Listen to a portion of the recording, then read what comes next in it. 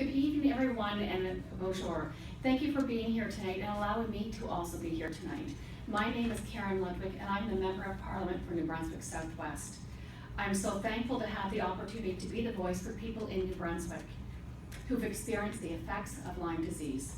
I expect that many of us are here for numerous different reasons. The reason I am here this evening, participating in this conference on developing a federal framework for Lyme disease, is because Canadians need this to happen. I'm not a doctor nor a scientist. My previous career was in education. I want to thank the experts who are here, and we look forward to hearing your insights and recommendations throughout the conference. Here is something I would like to discuss with you tonight. Too many Canadian individuals and families are negatively affected by Lyme disease.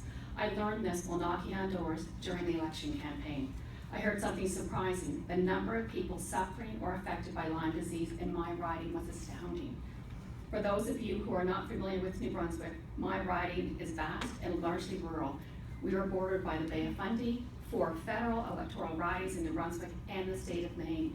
In fact, many Lyme disease sufferers in New Brunswick, like Bruce Ross, traveled to Bangor, Maine with his wife and paid for their own medical assistance, similar to the stories I heard from numerous people across my riding.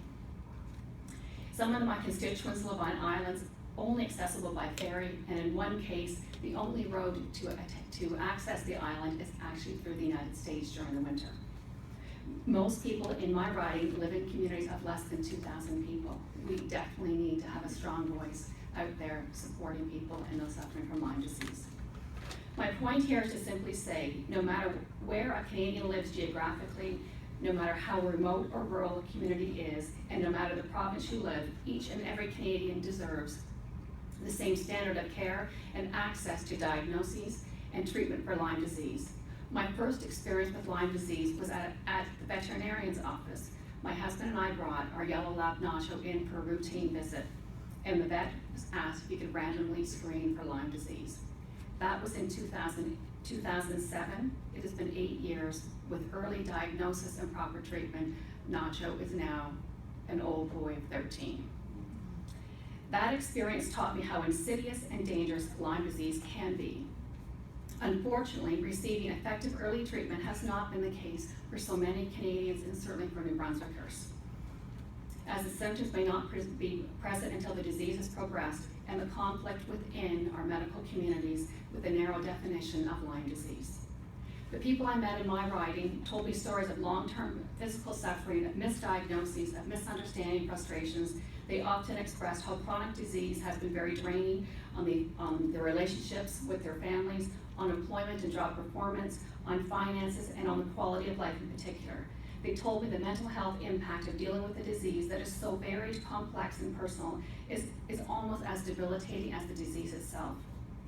Being sick and not knowing the reason why must be terrifying.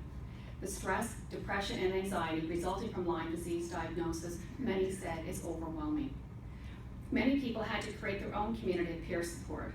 One such organization in Fredericton, New Brunswick, aptly named TikTok, has a Facebook page dedicated to information and discussions designed to educate the public about Lyme disease and other tick-borne illnesses, while providing support and a sounding board for fellow Lyme sufferers. Representatives from TikTok recently met with the New Brunswick Provincial Health Minister.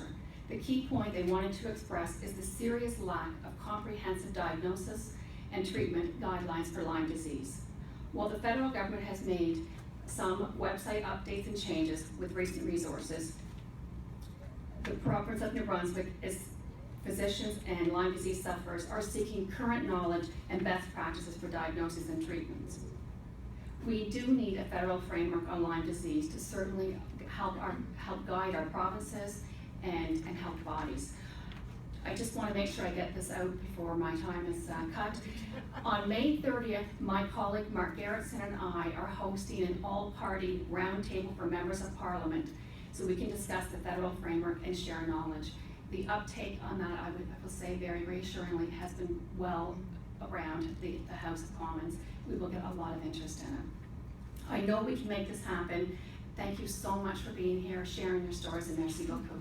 Thank you very much.